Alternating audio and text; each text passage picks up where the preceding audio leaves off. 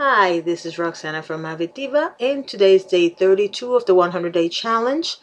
And yes, I did skip a day. Yesterday was the April Fool's Day, and ironically enough, I ended up in the hospital with the person I'm taking care of at the moment. Unfortunately, she got sick on us, and we ended up, just as precaution, taking her to the hospital, and it turned out to be a good thing because she's now in the hospital for a couple of days getting over an infection. So that was an interesting way to start the month, to say the least. The thing about it is that because we had to take her to the hospital, the people I live with and I started thinking about the last 34 months. You have to understand that we've been on a roller coaster since June of 2013, when I was first feeling like I had pain in my chest, but it was not chest pains. After an AKG and however many hard chest tests they could run on me out of the emergency room, it turned out that I was right. It had nothing to do with my heart. It had everything to do with my stomach and all the stomach ailments. If you've ever read my blog, I have an alphabet soup of situations in my stomach that I'm not going to get into now. But that's how this whole thing started. Started out with chest pains, pain in the chest, I should say.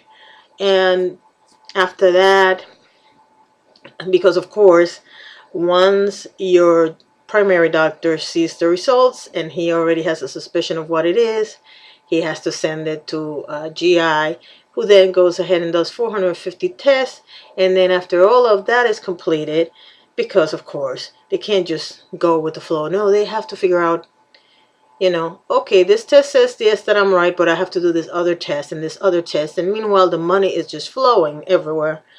I can't tell you if that is that the insurance want them to do all those tests so they can charge more and they can get more money, or if it's that the hospitals are doing that, or if it's just that the doctors don't want to get sued and that's why they test and test and test. The bottom line is that it took them almost, it was June when I had the first pain. It was January when I actually had my gallbladder removed and all the other situations. I started getting medication for that, but that goes into another segue that I'm not going to go into. The bottom line is that that's how it started. January, I had my gallbladder removed, and the medication that I was taking for the other ailments caused other issues.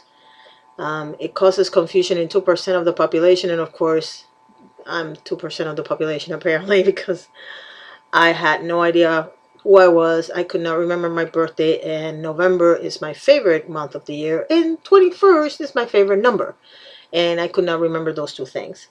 Then after that, that I want to say that October, my husband was having some candy. We're already in 2014, by the way. My husband was having some candy, and that candy turned out to be, gave him, actually, it gave him an infection similar to the person that we're taking care of right now. And while we were trying to figure out why he was getting sick on it, we gave him some medication that caused a reaction that he ended up in the doctor's office. And while looking for the infection, the doctor found cancer. And then we started a second roller coaster, which was my husband's cancer diagnosis and treatment. And then he got operated on April 20th last year. And my father got diagnosed with cancer, but because he already had leukemia, they didn't give him chemo. They gave him another treatment, and that treatment ended up costing him his life 6 months later. And now we're going to the hospital. This is the third time we have to take her to the hospital. So yeah, it's been 34 months. It's been crazy. And there are some decisions that have to be made because, to be honest with you, we're all exhausted. And I would rather have answers than keep on playing the guessing game that I'm playing right now. So we are working on getting some answers so that she's as comfortable as possible, and so are we, and we can take care of ourselves, because we're not taking care of ourselves. In fact, if you go to my Facebook account right now, there's a picture of my foot, and it's about this big. It's about time and a half its size. I can't even put my shoe back on, and that's because apparently I'm not taking very good care of myself. Duh. So, why am I telling you all this? I'm telling you all this because if it wouldn't have been for landing in a hospital on April Fool's Day, and of course, the whole thing of, are you sure you're going to a hospital, or are you like lying because it's April Fool's Day? My husband and I started thinking, and we realized that it's been a tough 34 months. And we have not done the best for ourselves because we've been taking care of, obviously, his cancer. In the beginning, my gallbladder and my stomach, then his cancer. And then after he got surgery for his cancer, everything else has been somebody else. And that's not the way to live your life. Now, I understand that we should take care of our own, especially when they're family members. And I understand that we have to do everything we can for everybody to be comfortable. But when we say everybody, it has to be everybody, which means we have to be comfortable and they have to be comfortable. So my advice to you, because it just hit me in the head, or quite literally on the foot today, is you have to take care of yourself first and foremost. If you don't want to end up like a statistic, like I told you guys this week, the statistics are really scary when it comes to Alzheimer's specifically. The caretaker usually develops a chronic disease.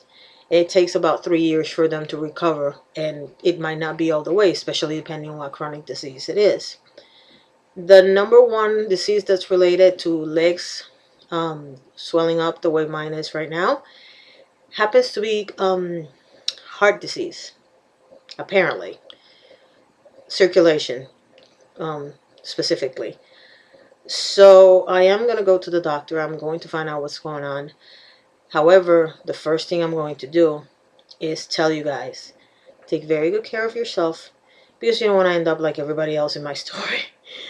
And eat healthy, exercise, and more importantly, the first thing you do in the morning when you wake up, take care of yourself, and then take care of everybody around you, so that you all can be comfortable. I forgot to start the video with this is Roxana for Avid Diva, so here you go. And thank you for watching. Have a good weekend.